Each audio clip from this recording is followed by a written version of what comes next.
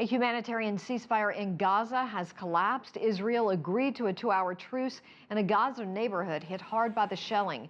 Israel now says its troops were fired on moments after the announcement. Hamas says Israelis broke the truce first with a renewed artillery attack. A local news agency says the casualties in the neighborhood were the heaviest since the start of the offensive. The temporary truce was aimed at allowing each side to attend its wounded. Meantime, in one of the bloodiest days in the nearly 2-week-old conflict, at least 13 Israeli soldiers have been killed. The death toll brings the total number of Israeli military fatalities to 18, while the Palestinian death toll climbed to more than 400. As fighting spreads, Israeli Prime Minister Benjamin Netanyahu says the two sides show no signs of a diplomatic breakthrough. We didn't seek this escalation. Hamas forced it on us. They started rocketing our cities, steadily increasing the fire. I called for de-escalation. They refused. I accepted an Egyptian ceasefire proposal backed up by the Arab League and the UN. They refused. I accepted a humanitarian law proposed by the United Nations. They refused. We'll stop our operations when we can bring back quiet to our people. The Israeli military says it has beefed up its presence with armored vehicles and helicopters along the border. They say their mission is to destroy Hamas missile stockpiles and a vast tunnel system. Israel has also accused Hamas of using civilians as human shields. Israeli shelling in East Gaza has left dozens of bodies strewn on the streets and tens of thousands fleeing for shelter. Israeli forces focused on attacking Hamas tunnels and command centers. Thousands fled to a local hospital already packed with the wounded. Hospital officials say dozens of women and children were killed, along with 4 elderly citizens. The offensive has also left thousands of Palestinians wounded. As the death toll rises on each side of the conflict, the international community is trying desperately to revive ceasefire negotiations.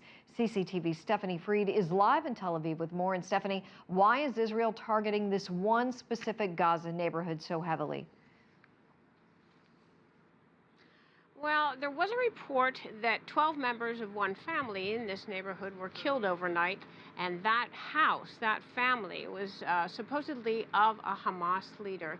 Also, the army says and the government says that they're specifically looking for underground tunnel networks.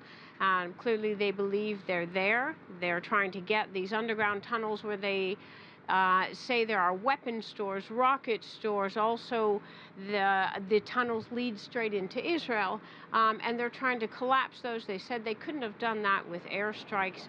So essentially, the strikes on this specific neighborhood are to strike the network of tunnels, but also to send a message to Hamas leaders. However, the broader message is being sent to the civilians, as we're seeing, as we're hearing. Bodies found underneath rubble, bodies in the streets, as you noted, Susan, and much, much devastation, thousands and thousands fleeing the city, many, many women and children among the victims today. So there was fierce fighting there throughout the night, throughout the day, so they are being met with some resistance, the Israeli army is.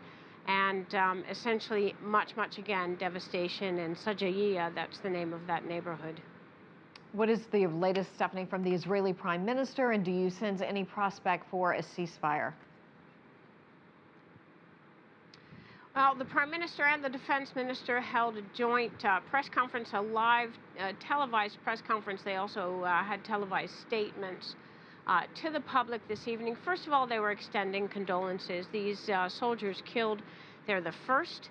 And seeing Israeli soldiers start to die, be killed in the conflict, that can turn the public opinion, and they're well aware of that.